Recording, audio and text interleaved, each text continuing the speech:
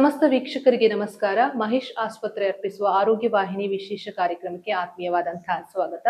ಈ ಬಾರಿಯ ಸಂಚಿಕೆಯಲ್ಲಿ ನಾವು ನವಜಾತ ಶಿಶುವಿನ ಆರೈಕೆ ಹಾಗೂ ಚಿಕಿತ್ಸಾ ವಿಧಾನ, ಮಕ್ಕಳನ್ನ ಮನೆಯಲ್ಲಿ ಯಾವ ರೀತಿಯಲ್ಲಿ ನಾವು ನೋಡಿಕೊಳ್ಳಬೇಕು, ಮುಂಜಾಗ್ರತಾ ಕ್ರಮಗಳನ್ನ ಯಾವ ರೀತಿಯಾಗಿ ಅನುಸರಿಸಬೇಕು ಅನ್ನೋದ್ರ ಬಗ್ಗೆ ಮಾಹಿತಿ ನೀಡಲಿಕ್ಕೆ ಮಹೇಶ್ ಆಸ್ಪತ್ರೆಯ ಖ್ಯಾತ ಮಕ್ಕಳ ತಜ್ಞರಾದಂತಹ ಡಾಕ್ಟರ್ ರಾಕೇಶ್ ಅಡಿಗ ಸರ್ ನಮ್ಮ ಜೊತೆಗಿದ್ದಾರೆ. ಅವರನ್ನ ನೇರವಾಗಿ ಕಾರ್ಯಕ್ರಮಕ್ಕೆ ಸ್ವಾಗತಿಸೋಣ. ಡಾಕ್ಟರ್ ನಮಸ್ತೆ. ಕಾರ್ಯಕ್ರಮಕ್ಕೆ ಆತ್ಮೀಯವಾದಂತಹ ಸ್ವಾಗತ. ಡಾಕ್ಟರ್, ಮೊದಲನೇದಾಗಿ ಈಗ ನವಜಾತ ಶಿಶುಗಳ ಆರೈಕೆ ಬಗ್ಗೆ, ಅಂದ್ರೆ ಮೊದಲ 28 ದಿನ ಬಹಳ ಮುಖ್ಯವಾಗಿರುತ್ತೆ ಅನ್ನೋದ್ರ ಬಗ್ಗೆ, ಅಂದ್ರೆ ಶಿಶುವಿನ ಆರೈಕೆಯಲ್ಲಿ ನಾವು ಈಗ ಒಂದಷ್ಟು ಮಾಹಿತಿಯನ್ನ ಪಡೆದುಕೊಂಡಿದ್ವಿ. ಇದೀಗ ನೋಡೋದಾದ್ರೆ ಈಗ ಮಗುವಿನ ಅಂದ್ರೆ ಈಗ ಮಲಗುವ ಸ್ಥಿತಿಯ ಬಗ್ಗೆ, ಅಂದ್ರೆ ತೊಟ್ಟಿಲುಗಳನ್ನ ಮನೆಯಲ್ಲಿ ಯೂಸ್ ಮಾಡ್ತಾರೆ, ಜೋಲಿಗಳನ್ನ ಯೂಸ್ ಮಾಡ್ತಾರೆ, ಇದೆಲ್ಲ ಎಷ್ಟು ಸುರಕ್ಷಿತ? ಈಗ ತೊಟ್ಲನ್ನು ಯೂಸ್ ಮಾಡುವಾಗ ಮಗು ಮಲಗುವಂತ ಸರ್ಫೇಸ್ ಏನಿರ್ತದೆ ಅದು ಸ್ವಲ್ಪ ಫರ್ಮ್ ಇರುತ್ತೆ, ಅದು ಮೆದು ಇರಬಾರ್ದು. ಆಮೇಲೆ ಅದ್ರ ಸುತ್ತ ಪಿಲ್ಲೋ ಅಂದ್ರೆ ದಿಂಬುಗಳನ್ನು ಯೂಸ್ ಮಾಡಬಾರ್ದು, ಅಥವಾ ಲೂಸ್ ಆಗಿರುವಂತದ್ದು ಫೋಲ್ಡೆಡ್ ಕ್ಲೋಸ್ ಬಟ್ಟೆಗಳನ್ನೆಲ್ಲ ಇಡಬಾರ್ದು. ಆಮೇಲೆ ಮಗುವಿಗೆ ಸಾಫ್ಟ್ ಟಾಯ್ಸ್ ಅನ್ನು ಮಗು ಹತ್ರ ಇಟ್ಟು ಮಲಸಬಾರ್ದು. ಯಾಕಂದ್ರೆ ಈ ಮಕ್ಕಳಿಗೆ ಯಾವ ರೀತಿಯ ರಿಫ್ಲೆಕ್ಸ್ ಇರುವುದಿಲ್ಲ. ಈಗ ಅವರ ಮುಖದ ಮೇಲೆ ಅಥವಾ ಮೂಗಿನ ಮೇಲೆ, ಎದೆ ಮೇಲೆ ಏನಾದ್ರು ಭಾರ ಇರುವಂತದ್ದು ಏನಾದ್ರು ಬಿದ್ದು ಉಸಿರು ಕಟ್ಟುವ ಚಾನ್ಸಸ್ ಇರುತ್ತೆ. ಆ ರೀಸನ್ಗೆ ಯಾವ ರೀತಿಯ ಲೂಸ್ ಇರುವಂತದ್ದು ದಪ್ಪ ಬಟ್ಟೆಗಳನ್ನು, ಪಿಲ್ಲೋಗಳನ್ನು ಅಥವಾ ಸಾಫ್ಟ್ ಟಾಯ್ಸ್ ಅನ್ನು ಇಡಬಾರ್ದು.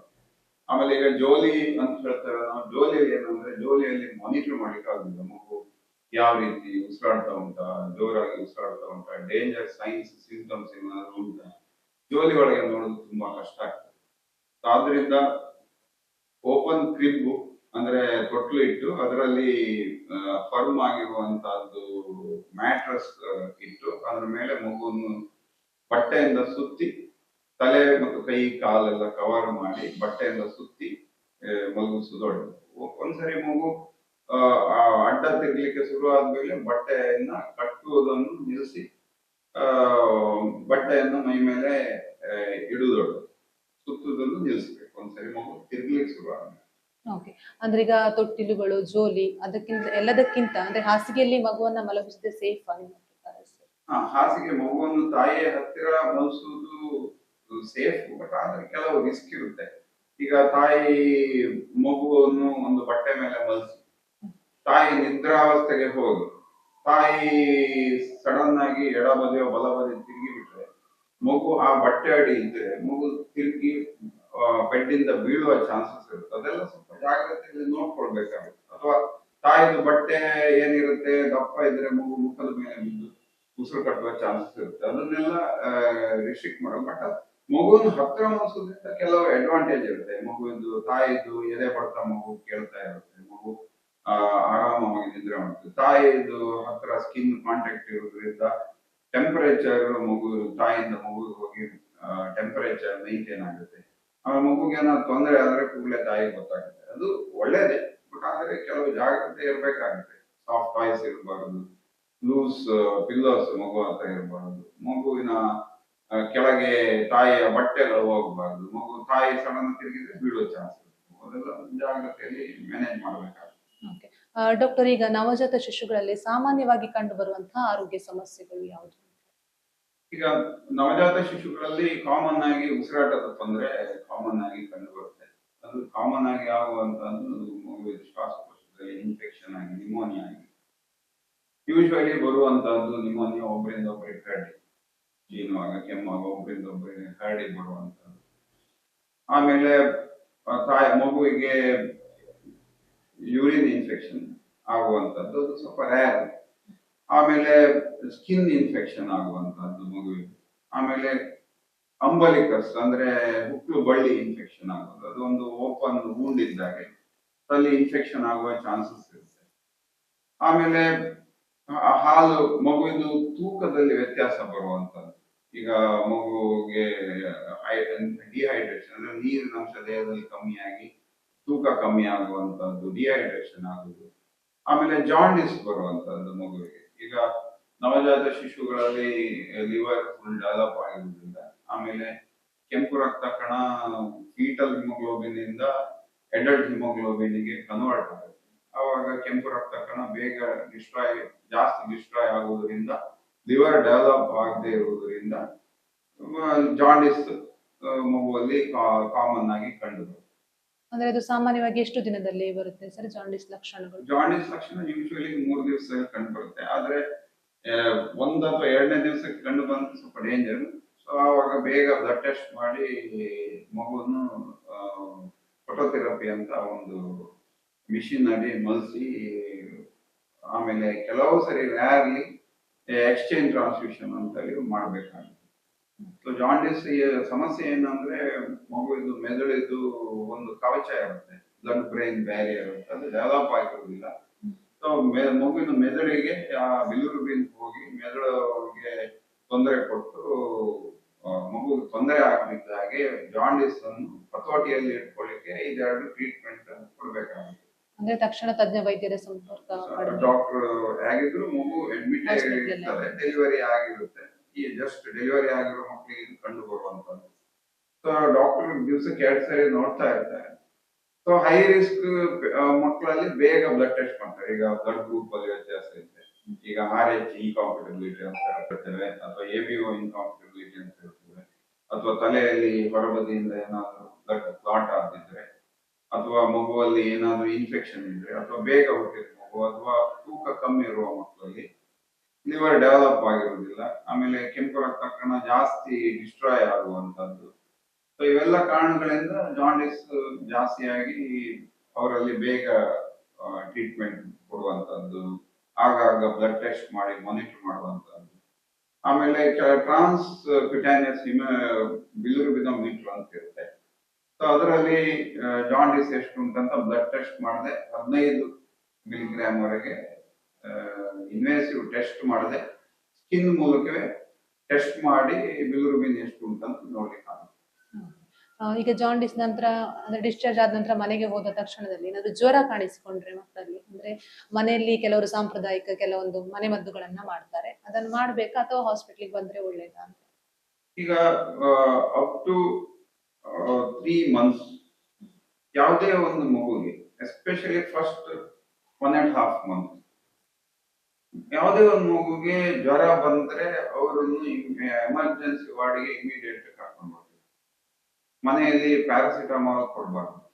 ಯಾಕಂದ್ರೆ ಅವರಲ್ಲಿ ಕಾಯಿಲೆ ವಿರುದ್ಧ ಹೋರಾಡುವ ಶಕ್ತಿ ಇರುವುದಿಲ್ಲ, ಬಿಳಿ ರಕ್ತ ಕಣಗಳು ಇಮ್ಯುನಿಟಿ ಏನಿರುತ್ತೋ ಅದು ಡೆವಲಪ್ ಆಗಿರುವುದಿಲ್ಲ.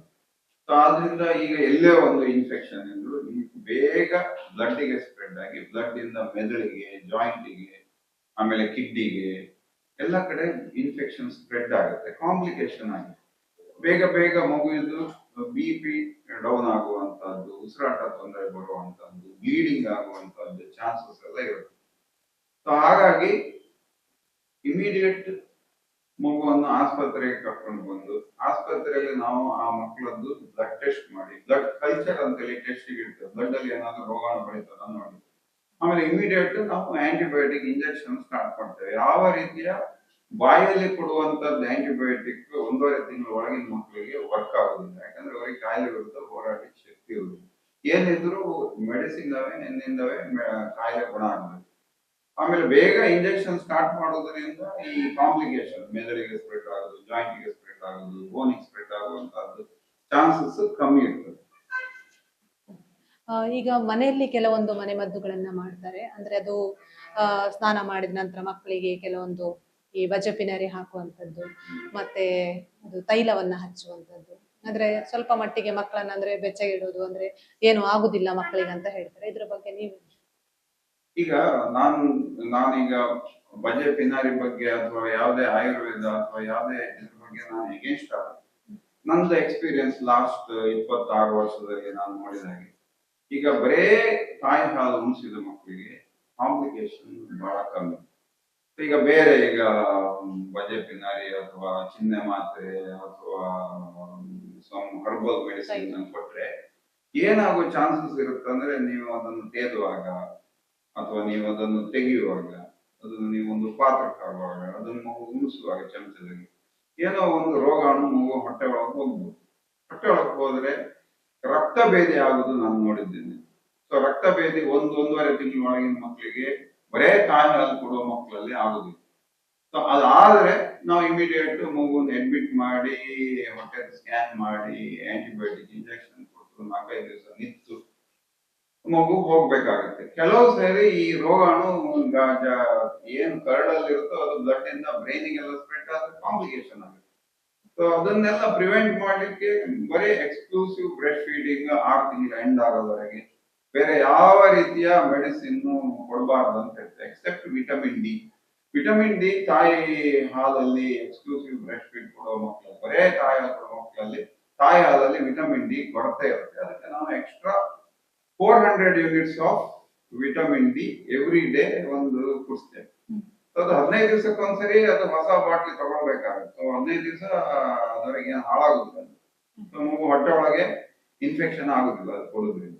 ಈಗ ಮಗುವಿನ ತೂಕದ ವಿಚಾರಕ್ಕೆ ಬರೋದಾದ್ರೆ ಅಂದ್ರೆ ಅದನ್ನ ಹೇಗೆ ಗಮನಿಸಬೇಕು? ಮತ್ತೊಂದು ಕಡೆ ತಾಯಿಯ ದೇಹ ಅಷ್ಟೇ ಸಾಕಾಗುದಿಲ್ಲ ಅಂದ್ರೆ ಮನೆಯಲ್ಲೆಲ್ಲ ಒಂದು ರಾಗಿ ಮಣ್ಣಿಯನ್ನು ಮಾಡಿ ಕೊಡುವಂತದ್ದು ಅದೆಲ್ಲ ಮಾಡ್ತಾರೆ, ಇದ್ರ ಬಗ್ಗೆ.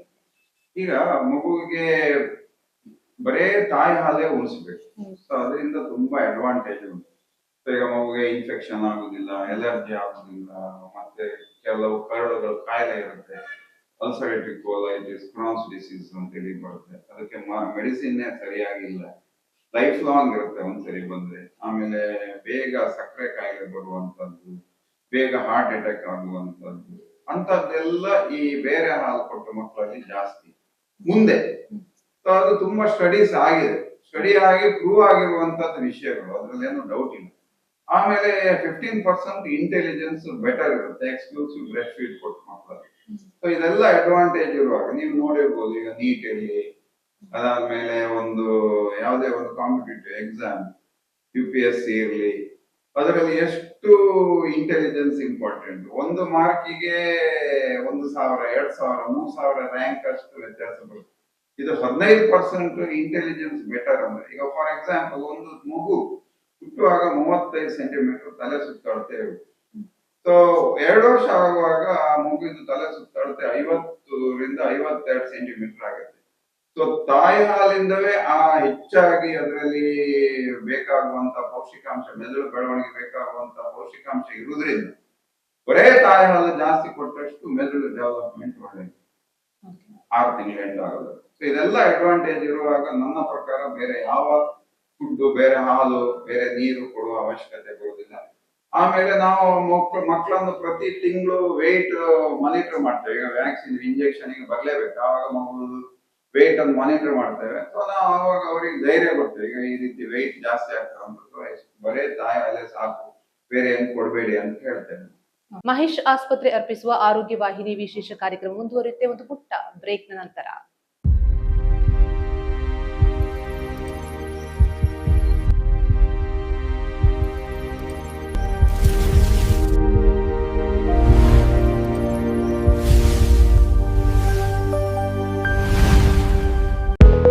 ನಿಮ್ಮ ಆರೋಗ್ಯ ಸೇವೆಯಲ್ಲಿ ನಾವಿದ್ದೇವೆ ರೌಂಡ್ ದಿ ಕ್ಲಾಕ್. OPDಯಿಂದ ICU ತನಕ ಗುಣಮಟ್ಟದ ಟ್ರೀಟ್ಮೆಂಟ್. ಗ್ರಾಮೀಣ ಭಾಗದ ಜನರಿಗೆ ಆರೋಗ್ಯ ಸೇವೆ.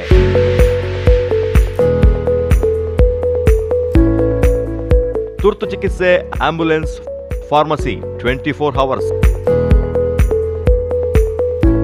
ಅತ್ಯಾಧುನಿಕ ಇಕ್ವಿಪ್ಮೆಂಟ್ಸ್, ತಜ್ಞ ವೈದ್ಯರಿಂದ ಆರೈಕೆ.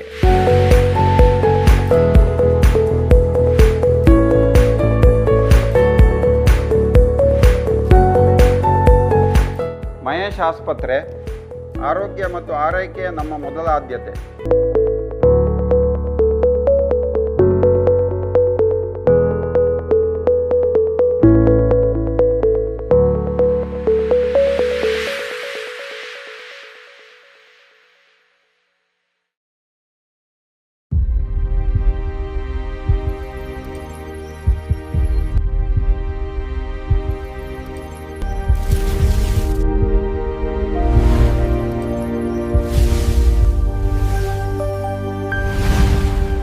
ಬ್ರೇಕ್ ನಂತರ ಆರೋಗ್ಯ ವಾಹಿನಿ ವಿಶೇಷ ಕಾರ್ಯಕ್ರಮಕ್ಕೆ ಮತ್ತೊಮ್ಮೆ ಸ್ವಾಗತ.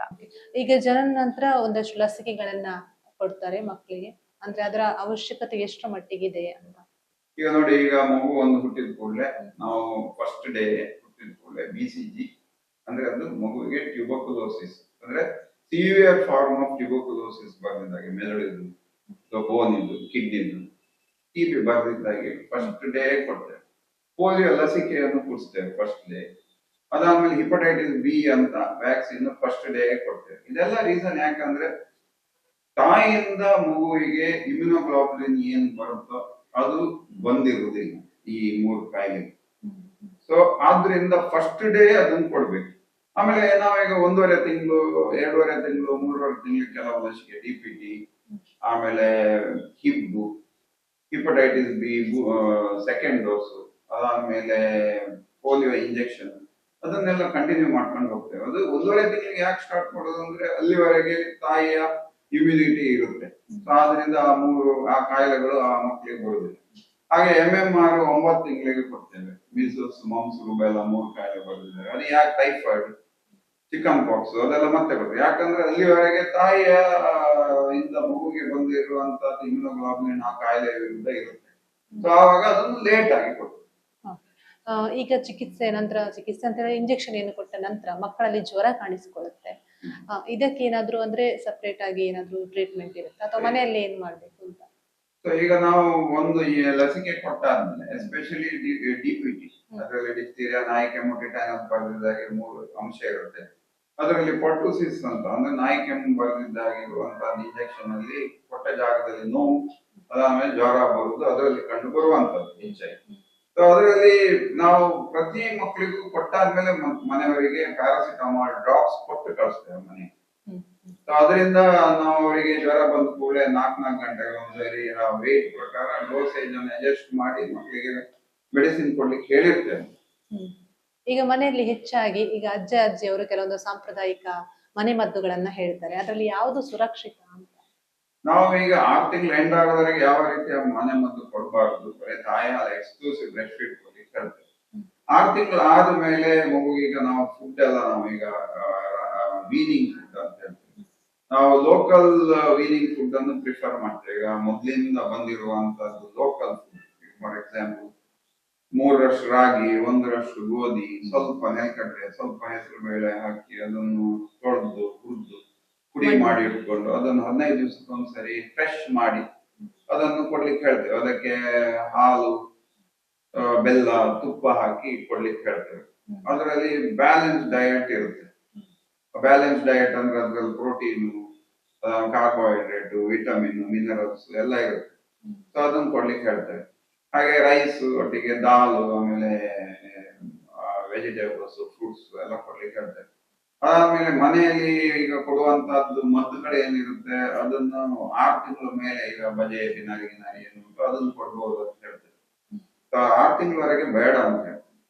ಸೊ ಆಮೇಲೆ ಹಾಗೆ ಮನೆಯಲ್ಲಿ ಕೊಡುವಂತಹದ್ದು ಮದ್ದುಗಳು ಅಂದ್ರೆ ಈಗ ಶೀತ, ಕೆಮ್ಮು, ಜ್ವರ ಬಂದ್ರೆ ನೀರುಳ್ಳಿಯ ಸೊಪ್ಪಿದು, ನೀರುಳ್ಳಿದು ಸಾಂಬಾರ ಬಳ್ಳಿ ಅದನ್ನು ಕೊಡಿ ಅಂತ ಹೇಳ್ತೇವೆ.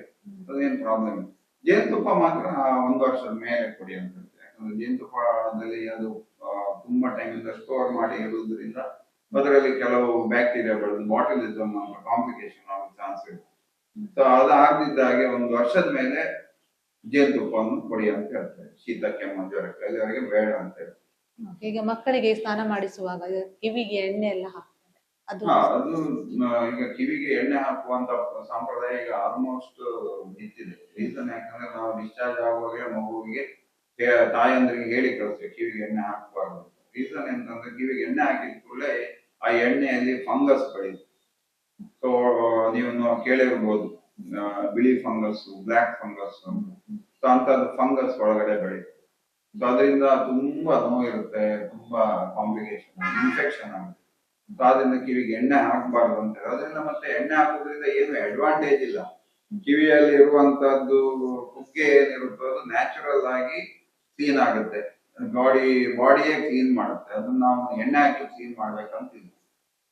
ಈಗ ನವಜಾತ ಶಿಶುವಿನ ಆರೈಕೆಯಲ್ಲಿ ತಾಯಿಯ ಪಾತ್ರದಷ್ಟೇ ತಂದೆಯ ಪಾತ್ರ ಎಷ್ಟು ಮುಖ್ಯ ಅಂತ? ತಂದೆಯ ಪಾತ್ರ ತುಂಬಾ ಮುಖ್ಯ. ಯಾಕಂದ್ರೆ ಈಗ ನೀವು ನೋಡಿರ್ಬೋದು ಒಂದು ಫ್ಯಾಮಿಲಿ ಅಂತ ಕೂಡ ಬರೇ ತಂದೆ ತಾಯಿ ಇರ್ತಾರೆ, ಬೇರೆ ಯಾರು ಸಪೋರ್ಟಿಂಗ್ ಇರುವುದಿಲ್ಲ.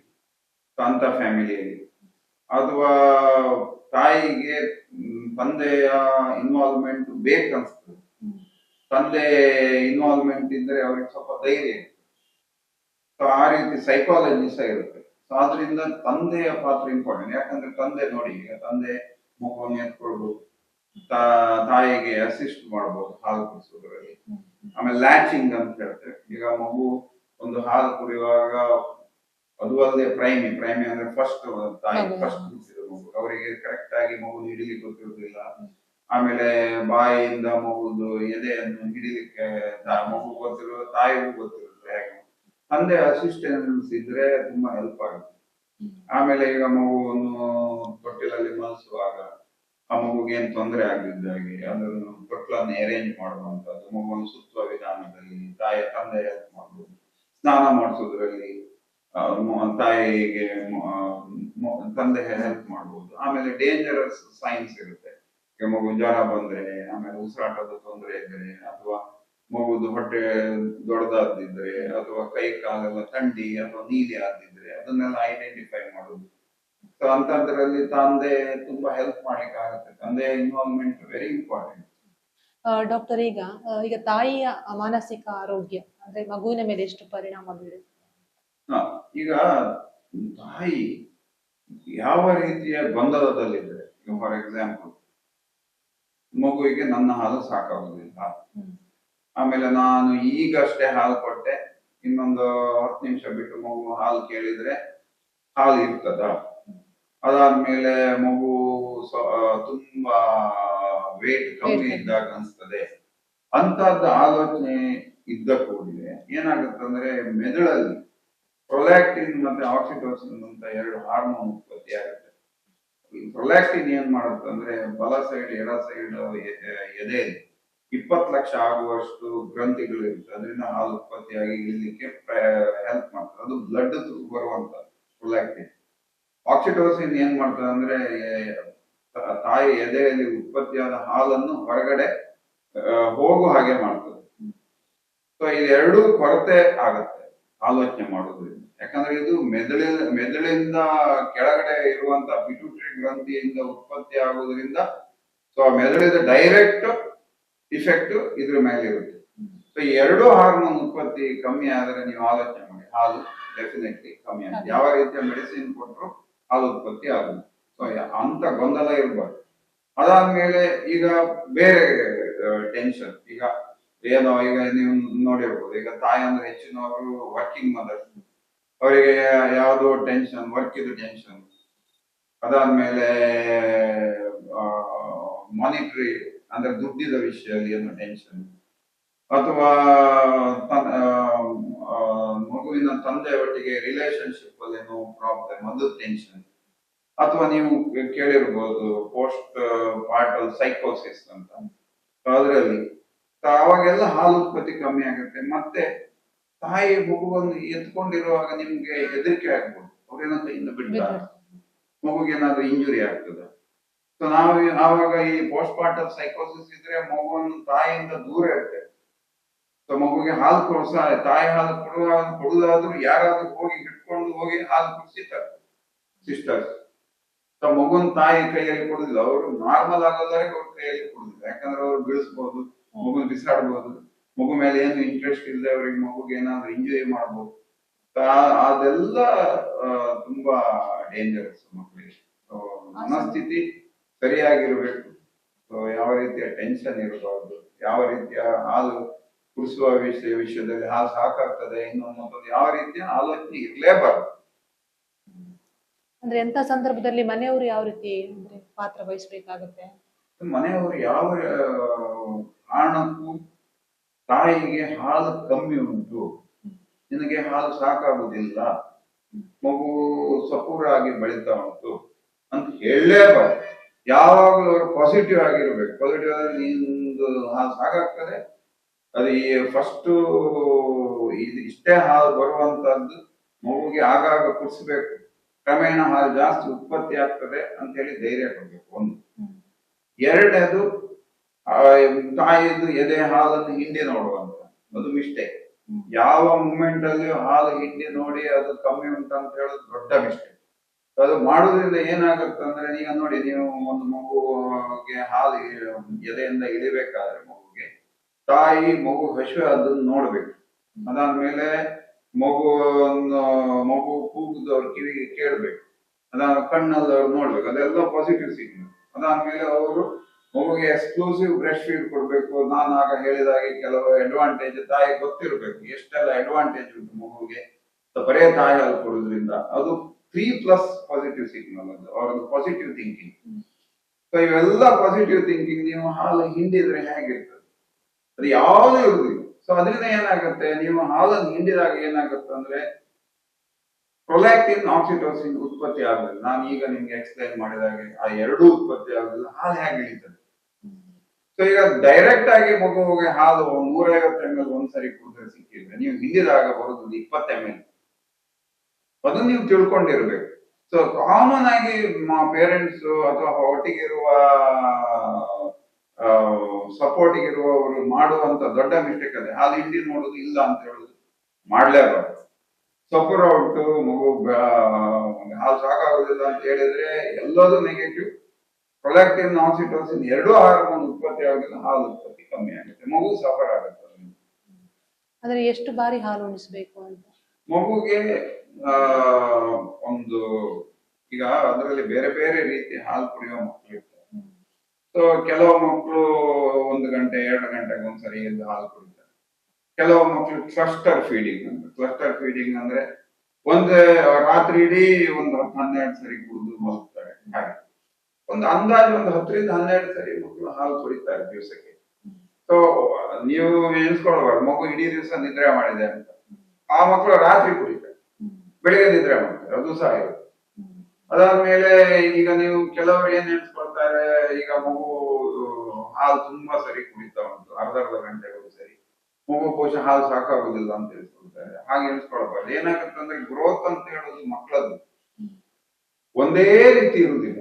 ಒಂದು ವಾರ ಫಾಸ್ಟ್ ಇರುತ್ತೆ, ಒಂದು ವಾರ ಸ್ಲೋ ಇರುತ್ತೆ, ಒಂದು ವಾರ ಫಾಸ್ಟ್ ಇರುತ್ತೆ, ಒಂದು ವಾರ ಸ್ಲೋ ಇರುತ್ತೆ. ಒಂದು ವಾರ ಯಾವಾಗ ಫಾಸ್ಟ್ ಇರ್ತದೆ ಆವಾಗ ಮಕ್ಕಳು ಜಾಸ್ತಿ ಸರಿ ಕುಡಿತಾರೆ. ಅದನ್ನ ನೀವು ಅರ್ಥ ಮಾಡ್ಕೊಳ್ಬೇಕು. ಸೊ ಈಗ ಯಾವ್ದೋ ಒಂದು ವಾರ ಹಾಲು ಜಾಸ್ತಿ ಸರಿ ಕುಡಿದ್ಕೊಳ್ಳಿ, ಅದು ಹಾಲು ಕಮ್ಮಿ ಅಂತ ಎನ್ಸ್ಕೊಳ್ಬಾರ್ದು. ಆವಾಗ ಮಗುದು ಗ್ರೋತ್ ಜಾಸ್ತಿ ಉಂಟು ಅಂತ ಎನ್ಸ್ಕೊಳ್ಬೇಕು. ಅದು ರಾಂಗ್ ಥಿಂಕಿಂಗ್ ಮಾಡಬಾರ್ದು. ಅಂದ್ರೆ ಮಕ್ಕಳಿಗೆ ಈಗ 6 ತಿಂಗಳೊಳಗೆ ತಾಯಿ ಎದೆ ಹಾಲೇ ಬಹಳ ಮುಖ್ಯ. ಅಂದ್ರೆ ನೀರು ಸಹ ಕೊಡಬಾರ್ದು. ನೀರ್ ತಗೊಳ್ಳಿ, ಯಾಕಂದ್ರೆ ತಾಯಿ ಹಾಲಲ್ಲಿ 90% ನೀರೇ ಇರ್ತದೆ, ಅದು ಸಾಕಾಗತ್ತೆ. ಆಮೇಲೆ ಮಗುಗೆ ಡಿಹೈಡ್ರೇಷನ್ ಆಗಿದ್ದಾಗ ನೋಡ್ಕೊಳ್ಬೇಕು. ಯಾಕಂದ್ರೆ ಮಗು ಬೆವರಿದ್ದಾಗೆ ಸಾಕ್ಬೇಕು. ಕೂಲ್ ಆಗಿರುವಂತದ್ದು ಬಿಸಿ ಇರುವ ರೂಮ್ ಅಲ್ಲಿ ಮಗುನ್ ಸಾಕ್ಬೇಕು. ಕಿಟಕಿಗಳು ಓಪನ್ ಇರ್ಬೇಕು, ವೆಂಟಿಲೇಷನ್ ಒಳ್ಳೆ ಇರ್ಬೇಕು. ಮಹೇಶ್ ಆಸ್ಪತ್ರೆ ಅರ್ಪಿಸುವ ಆರೋಗ್ಯ ವಾಹಿನಿ ವಿಶೇಷ ಕಾರ್ಯಕ್ರಮದಲ್ಲಿ ಒಂದು ಸಣ್ಣ ವಿರಾಮ.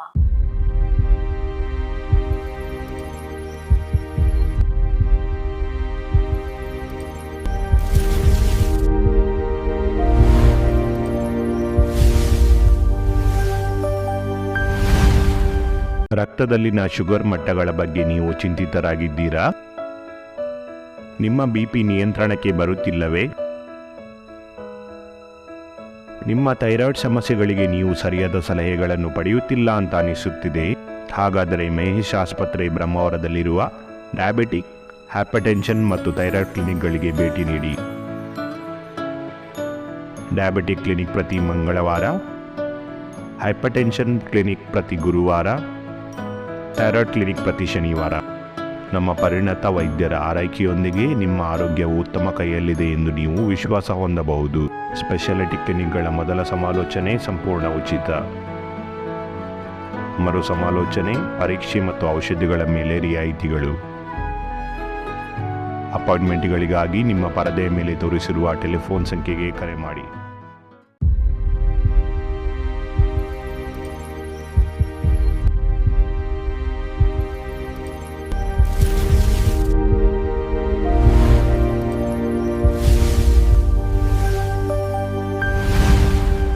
ವಿರಾಮದ ಬಳಿಕ ಮಹೇಶ್ ಆಸ್ಪತ್ರೆ ಅರ್ಪಿಸುವ ಆರೋಗ್ಯ ವಾಹಿನಿ ವಿಶೇಷ ಕಾರ್ಯಕ್ರಮಕ್ಕೆ ಆತ್ಮೀಯವಾದಂತಹ ಸ್ವಾಗತ. ಈಗ ಯಾವ ಸಂದರ್ಭದಲ್ಲಿ ಅಂದ್ರೆ ವೈದ್ಯಕೀಯ ನೆರವಿನ ಅಗತ್ಯ ಇರುತ್ತೆ ಮಕ್ಕಳಿಗೆ ಅಂತ ಹೇಳಿ, ಯಾವ ಸಂದರ್ಭದಲ್ಲಿ ಯಾವುದೇ ಒಂದು ಮಗುವಿಗೆ ಡೇಂಜರಸ್ ಸಿಂಪ್ಟಮ್, ಡೇಂಜರಸ್ ಸೈನ್ಸ್ ಇದ್ರೆ ಇಮಿಡಿಯೇಟ್ ಎಮರ್ಜೆನ್ಸಿ ವಾರ್ಡಿಗೆ ಕರ್ಕೊಂಡು ಬರ್ಬೇಕು. ನೀವು ಯಾವ ಮೂಮೆಂಟ್ ಅಲ್ಲಿ ಹೀಗೆ ಎಣಿಸ್ಕೊಳ್ಬಾರ್ದು. ಎಂತ ಅಂದ್ರೆ ಈಗ ಡಾಕ್ಟರ್ ಟೈಮ್ ಅಲ್ಲ, ಸೊ ಮಗುನ್ ಕರ್ಕೊಂಡು ಬಂದ್ರೆ ಡಾಕ್ಟರ್ ಸಿಕ್ಕುದಿಲ್ಲ ಅಂತ ಎಣಿಸ್ಕೊಳ್ಬಾರ್ದು. ಈಗ ಫಾರ್ ಎಕ್ಸಾಂಪಲ್ 1.5 ತಿಂಗಳು ಮಕ್ಕಳು, ಒಳಗಿನ ಮಕ್ಕಳಿಗೆ ಜ್ವರ ಬರುದು, ಮಗು ಹಾಲು ಎಳೆದು ಚೀಪ್ತೆ ಇರುವಂತದ್ದು, ಮಗು ಡಲ್ ಇರುವಂತದ್ದು, ಕೈಕಾಲು ಥಂಡಿ ಆಗುದು, ಬೇಗ ಬೇಗ ಉಸಿರಾಡುದು, ಎದೆ ತುಂಬಾ ಮೇಲ್ ಕೆಳಗೆ ಉಸಿರಾಡುವಾಗ, ಆಮೇಲೆ ಮೂತ್ರ 6 ಗಂಟೆ ಆದ್ರೂ ಹೋಗದೆ ಇರುದು, ನ್ಯಾಪಿ ಫುಲ್ ಡ್ರೈ ಇರುದು, ಅದೆಲ್ಲ ನೀವು ಹೊಟ್ಟೆ ತುಂಬಾ ದೊಡ್ಡದಾಗುವಂತದ್ದು ಅದೆಲ್ಲ ಇದ್ರೆ, ಅಥವಾ ಪಾಯ್ಖಾನೆಯಲ್ಲಿ ರಕ್ತ ಹೋಗುವಂತದ್ದು, ಅವೆಲ್ಲ ಡೇಂಜರ್ ಸೈನ್. ಇಮ್ಮಿಡಿಯೇಟ್ ಆಸ್ಪತ್ರೆಗೆ ನೈಟ್ ಬಂದ್ರು ಸಹ ಎಮರ್ಜೆನ್ಸಿ ವಾರ್ಡಿಗೆ ಬಂದ್ರೆ ಮಕ್ಕಳ ಡಾಕ್ಟರ್ ಇಂಥದ್ದು ಸಿಂಪ್ಟಮ್ ಇದ್ರೆ ಬಂದೇ ಬರ್ತಾರೆ. ಸೊ ಅದು ಎಮರ್ಜೆನ್ಸಿ ಆಗಿ ಬರ್ಲೇಬೇಕು. ಈಗ ನವಜಾತ ಶಿಶುಗಳಲ್ಲಿ ಕೆಲವೊಮ್ಮೆ ಈಗ ಸೆಳೆತ ಅಂದ್ರೆ ಫಿಟ್ಸ್ ಕಂಡು ಬರುವಂತದ್ದಿದ್ರೆ ಆ ಸಂದರ್ಭದಲ್ಲಿ ಏನು ಮಾಡ್ಬೇಕು ಪೋಷಕರು? ನವಜಾತ ಶಿಶುಗಳಲ್ಲಿ ಫಿಟ್ಸ್ ಬರುವಂತದ್ದು ಕಾಮನೆಸ್ಟ್ ಕಾಸು ಬ್ಲಡ್ ಶುಗರ್ ಕಮ್ಮಿ ಆಗುವಂತ. ಅದಾದ್ಮೇಲೆ ನೆಕ್ಸ್ಟ್ ಕಾಮನೆಸ್ಟ್ ಕಾಸು ಕ್ಯಾಲ್ಸಿಯಂ ಬ್ಲಡ್ ಅಲ್ಲಿ ಕಮ್ಮಿ ಆಗುವಂತ. ಅದಾದ್ಮೇಲೆ ಬೇರೆ ರೇರ್ ಕಾಸಸ್ ಲೈಕ್ ಮೆದುಳಲ್ಲಿ ಇನ್ಫೆಕ್ಷನ್ ಆಗುದು, ಅಥವಾ ಮೆದುಳು ಸರಿಯಾಗಿ ಹುಟ್ಟಿದವಾಗಲೇ ಸರಿಯಾಗಿ ಡೆವಲಪ್ ಆಗದೆ ಇರುದು. ಡೆವಲಪ್ಮೆಂಟ್ ಅಂದ್ರೆ ಈಗ ನೀವು ನೋಡ್ಬೋದು, ಒಂದು ಮಗುವಿಗೆ 5 ಬೆರಳು ಇರ್ಬೇಕಂತ 6 ಬೆರಳು ಇರ್ಬೋದು. ಅದೇ ರೀತಿ ಮೆದುಳಲ್ಲಿ ಸಹ ಸ್ಟ್ರಕ್ಚರ್ ಅಲ್ಲಿ ವ್ಯತ್ಯಾಸ ಇದ್ದು ಫಿಟ್ಸ್ ಬರುವಂತ. ಕೆಲವು ಸೇರಿ ರ್ಯಾರ್ ಆಗಿ ಮೆಟಬಾಲಿಕ್ ಡಿಸಾರ್ಡರ್ಸ್ ಅಂತ ಹೇಳ್ತೇವೆ. ಅಂದ್ರೆ ಈಗ ಅಮಿನೋ ಆಸಿಡ್ ಇರಲಿ, ಫ್ಯಾಟ್ ಇರಲಿ, ಅಥವಾ ಗ್ಲೂಕೋಸ್ ಇರಲಿ ಸರಿಯಾಗಿ ಜೀರ್ಣ ಆಗದೆ ಇರೋದು ಲಿವರ್, ಅದರಿಂದಾಗಿ ಅಮೋನಿಯಾ ಅಂತ ಹೇಳಿ ಬ್ಲಡ್ ಅಲ್ಲಿ ಜಾಸ್ತಿ ಆಗಿ ಟಾಕ್ಸಿಕ್ ಅಂದ್ರೆ ಅದು ವಿಷ ಪದಾರ್ಥ ಬ್ಲಡ್ ಅಲ್ಲಿ ಜಾಸ್ತಿ ಆಗಿ ಫಿಟ್ಸ್ ಬರುದು. ಅಂತದ್ದೆಲ್ಲ ರೀಸನ್ ಇಂದ ಫಿಟ್ಸ್ ಬರ್ಬೋದು. ಫಿಟ್ಸ್ ಬಂದ್ರೆ ಮಗುವನ್ನು ಇಮಿಡಿಯೇಟ್ ಆಸ್ಪತ್ರೆಗೆ ಕರ್ಕೊಂಡು ಬರ್ಬೇಕು. ಯಾಕಂದ್ರೆ ಈಗ ಬ್ಲಡ್ ಶುಗರ್ ಡೌನ್ ಆಗಿ ಫಿಟ್ಸ್ ಬಂದಿದ್ರೆ, ಕ್ಯಾಲ್ಸಿಯಂ ಡೌನ್ ಆಗಿ ಫಿಟ್ಸ್ ಬಂದಿದ್ರೆ, ಅದನ್ನು ಇಮಿಡಿಯೇಟ್ ಸರಿ ಮಾಡದೇ ಇದ್ರೆ ಪರ್ಮನೆಂಟ್ ಆಗಿ ಮೆದುಳಿಗೆ ಡ್ಯಾಮೇಜ್ ಆಗ್ತದೆ. ಅಂದ್ರೆ ಸಾಮಾನ್ಯವಾಗಿ ಒಂದು ಎಷ್ಟು ಪರ್ಸೆಂಟ್ ಮಕ್ಕಳಲ್ಲಿ ಕಂಡು ಬರುತ್ತೆ ಇದು ಫಿಟ್ಸ್ ನ ಲಕ್ಷಣಗಳೇನು? ಫಿಟ್ಸ್ ತುಂಬಾ ಕಾಮನ್. ನಾವೀಗ ಒಂದು 100 ಮಕ್ಕಳು ಹುಟ್ಟಿದ್ರೆ ಅದರಲ್ಲಿ 1,000 ಮಕ್ಕಳಲ್ಲಿ 1 ಮಕ್ಕಳಲ್ಲಿ ಫಿಟ್ಸ್ ಬರುತ್ತೆ, ಕಾಮನ್. ಸೊ ಇಮಿಡಿಯೇಟ್ ಆಸ್ಪತ್ರೆಗೆ ಕರ್ಕೊಂಡು ಬರ್ಬೇಕು. ಬ್ಲಡ್ ಶುಗರ್ ಡೌನ್ ಆಗಿರುತ್ತೆ, ಹೆಚ್ಚಾಗಿ ಬ್ಲಡ್ ಶುಗರ್ ಅನ್ನು ಸರಿ ಮಾಡ್ಬೇಕಾಗುತ್ತೆ. ಸೊ ಇಮಿಡಿಯೇಟ್ ನಾವು ಬ್ಲಡ್ ಗ್ಲೂಕೋಸ್ ಅನ್ನ ಇಂಜೆಕ್ಷನ್ ರೂಪದಲ್ಲಿ ಕೊಡ್ತೇವೆ, ಅವಾಗ ಸರಿ ಆಗ್ತದೆ. ಮದ್ದೆ ಕೊಟ್ಟು ಸರಿ ಮಾಡ್ಬೇಕಂತಿಲ್ಲ. ಸೊ ಈಗ ಗ್ಲೂಕೋಸ್ ಕಮ್ಮಿ ಆದ್ರೆ ಗ್ಲೂಕೋಸ್, ಕ್ಯಾಲ್ಸಿಯಂ ಕಮ್ಮಿ ಆದ್ರೆ ಕ್ಯಾಲ್ಸಿಯಂ. ಈಗ ಬ್ರೈನ್ ಅಲ್ಲಿ ತೊಂದರೆ ಇದ್ದು ಫಿಟ್ಸ್ ಬಂದಿದ್ರೆ ಅದಕ್ಕೆ ಫಿಟ್ಸ್ ಇಂಜೆಕ್ಷನ್ ಕೊಟ್ಟು ಕಂಟ್ರೋಲ್ ತರಬೇಕು. ಫಿಟ್ಸ್ ಬರುವಾಗ ಒಂದು ಇಂಪಾರ್ಟೆಂಟ್, ಮನೆಯವರು ಯಾವ ರೀತಿಯ ನೀರನ್ನು ಬಾಯಿಗೆ ಕೊಡುವಂತದ್ದು, ಈರುಳ್ಳಿ ರಸವನ್ನು ಬಾಯಿಗೆ ಹಾಕುದು, ಕಬ್ಬಣವನ್ನು ಕೈಗೆ ಕೊಡುದು, ಹಲ್ಲು ಕಚ್ಚಿ ಹಿಡಿದಿದಂತ ಹಲ್ಲನ್ನು ದೂರ ಮಾಡಿ ನಾಲಿಗೆ ಅಡಿ ಏನೋ ಇಡುವಂತದ್ದು, ಅಂತದ್ದೆಲ್ಲ ಮಾಡಿದ್ರೆ ಇಂಜುರಿ ಆಗ್ತದೆ. ನಾಲಿಗೆಗೆ, ಹಲ್ಲಿಗೆ, ದವಡೆಗೆ, ಕೈಗೆ ಎಲ್ಲ ಇಂಜುರಿ ಆಗುತ್ತೆ. ಏನಾದ್ರೂ ನೀವು ಈಗ ಫಿಟ್ಸ್ ಬರುವಾಗ ಬಾಯಿಗೆ ನೀವು ನೀರನ್ನು ಅಥವಾ ಈರುಳ್ಳಿ ರಸವೋ ಬೆಳ್ಳುಳ್ಳಿ ರಸವನ್ನು ಹಿಂಡಿದ್ರೆ ಅದು ಶ್ವಾಸಕೋಶಕ್ಕೆ ಹೋಗ್ತದೆ. ಸೊ ಉಸಿರು ನಿಲ್ಲಿಸುವ ಚಾನ್ಸ್ ಇರುತ್ತೆ.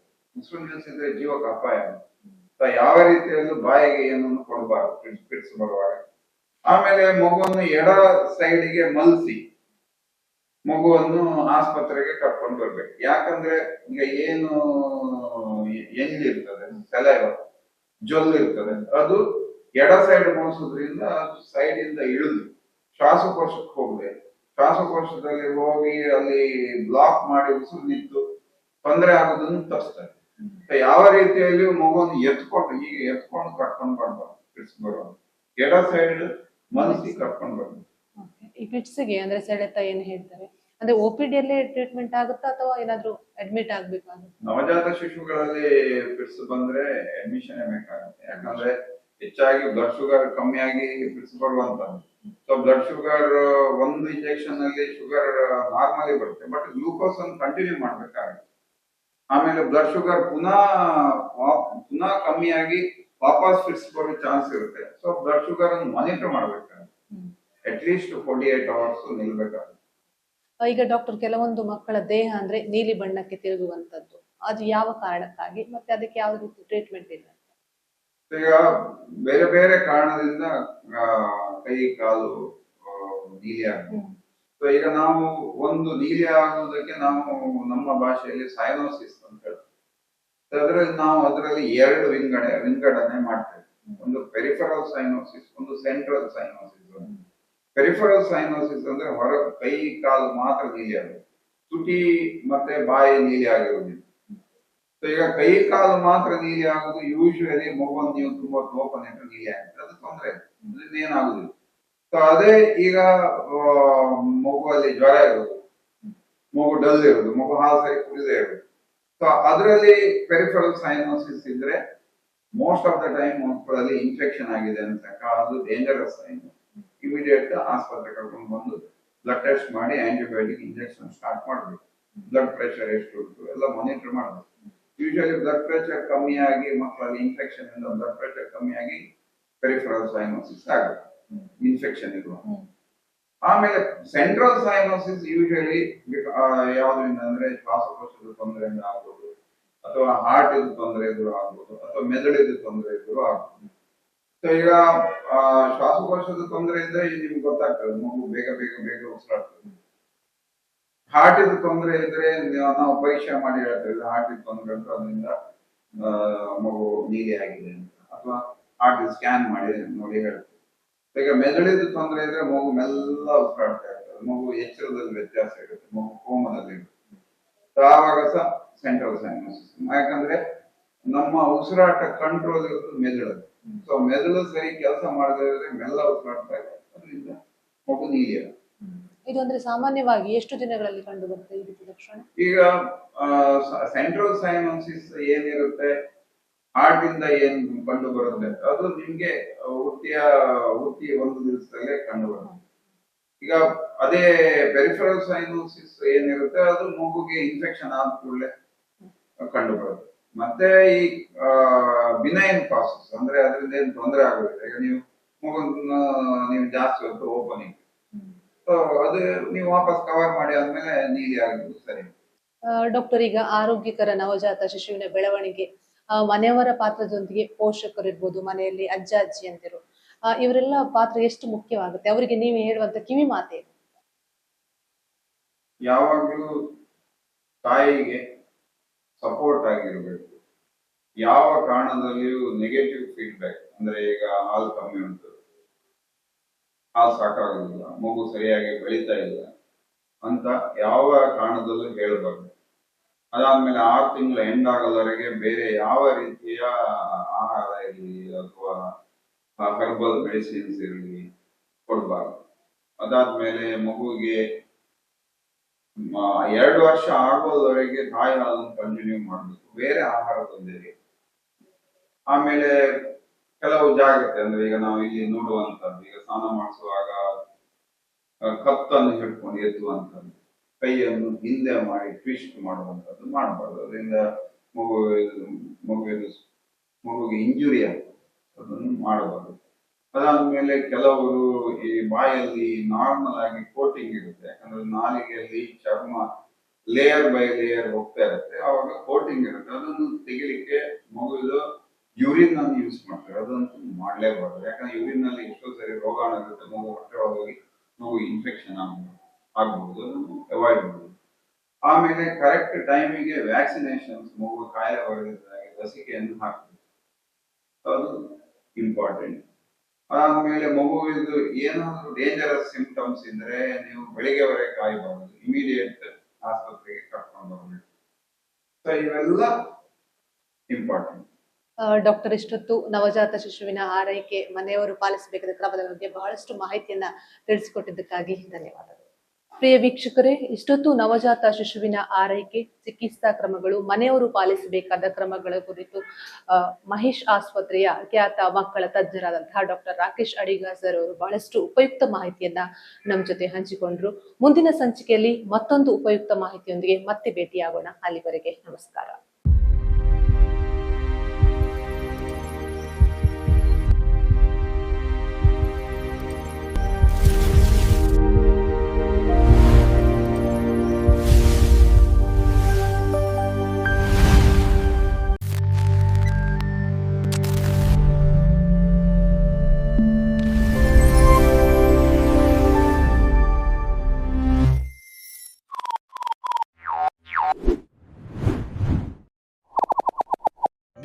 ಪೈಲ್ಸ್ ತಾನಾಗಿಯೇ ವಾಸಿಯಾಗ್ಲು ಕಾಯ್ಬೇಡಿ. ಲೇಸರ್ ಸರ್ಜರಿ ಮಾಡಿಸ್ಕೊಂಡು ನಿಮ್ಮ ಸಾಮಾನ್ಯ ಆರೋಗ್ಯಕರ ಜೀವನಕ್ಕೆ ಹಿಂತಿರುಗಿ. ಸಾಂಪ್ರದಾಯಿಕ ಶಸ್ತ್ರಚಿಕಿತ್ಸೆ ಅಂದ್ರೆ 2 ವಾರಗಳ ಕಾಲ ನನ್ನ ದಿಂಬೆಲ್ಲಿದೆ ಅಂತ ಕೇಳೋದು. ಲೇಸರ್ ಶಸ್ತ್ರಚಿಕಿತ್ಸೆಯೇ ಮರುದಿನವೇ ದಿನಸಿ ಅಂಗಡಿಗೆ ಓಡಾಟ, ಬ್ಯಾಂಡೇಜ್ಗೆ ವಿದಾಯ ಹೇಳಿ. ನಾನ್ ಮೊದಲು ಆಟೋದಲ್ಲಿ ಸರಿಯಾಗಿ ಬ್ರಹ್ಮಾವರದವರೆಗೆ ಪ್ರಯಾಣಿಸಲಾಗ್ತಿರ್ಲಿಲ್ಲ ಪೈಲ್ಸ್ ನೋವಿನಿಂದ. ಲೇಸರ್ ಸರ್ಜರಿ ನನ್ನನ್ನು ಸಂಪೂರ್ಣವಾಗಿ ಗುಣಪಡಿಸ್ತು. ನನ್ಗೆ ಹಿಂದೆ ಮನೆಯಲ್ಲಿ ಸರಿಯಾಗಿ ನಿಲ್ಲಾಗ್ತಿರ್ಲಿಲ್ಲ, ವೆರಿಕೋಸ್ ವೇನ್ಸ್ ಕಾರಣದಿಂದ. ಲೇಸರ್ ಸರ್ಜರಿಯಿಂದ ಈಗ ಪೂರ್ತಿಯಾಗಿ ಗುಣಮುಖಳಾಗಿದೆ. ನಿಮ್ಮ ವೆರಿಕೋಸ್ ವೈನ್ಸ್ ಮತ್ತು ಪೈಲ್ಸ್ ತೊಂದರೆಗೆ ಲೇಸರ್ ಸರ್ಜರಿ ಮೂಲಕ ಚಿಕಿತ್ಸೆ ಪಡೆಯಿರಿ. ಡಾಕ್ಟರ್ ಕೀರ್ತನ್ ಉಪಾಧ್ಯಾಯ ಅವರಿಂದ 500ಕ್ಕೂ ಹೆಚ್ಚು ಲೇಸರ್ ಸರ್ಜರಿಗಳ ಅನುಭವದೊಂದಿಗೆ ಮಹೇಶ್ ಆಸ್ಪತ್ರೆಯಲ್ಲಿ.